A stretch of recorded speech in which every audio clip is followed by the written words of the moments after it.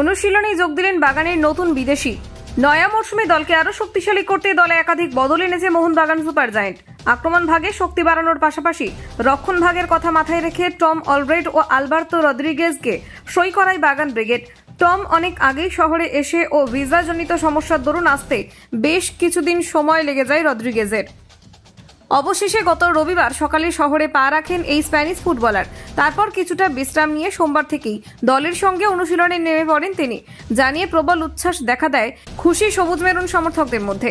এছাড়াও দলের অনুশীলনে জেসন কামিন্স থেকে শুরু করে দলের অন্যান্য ফুটবলারদের উপস্থিতি যথেষ্ট নজর কাড়ে সকলের।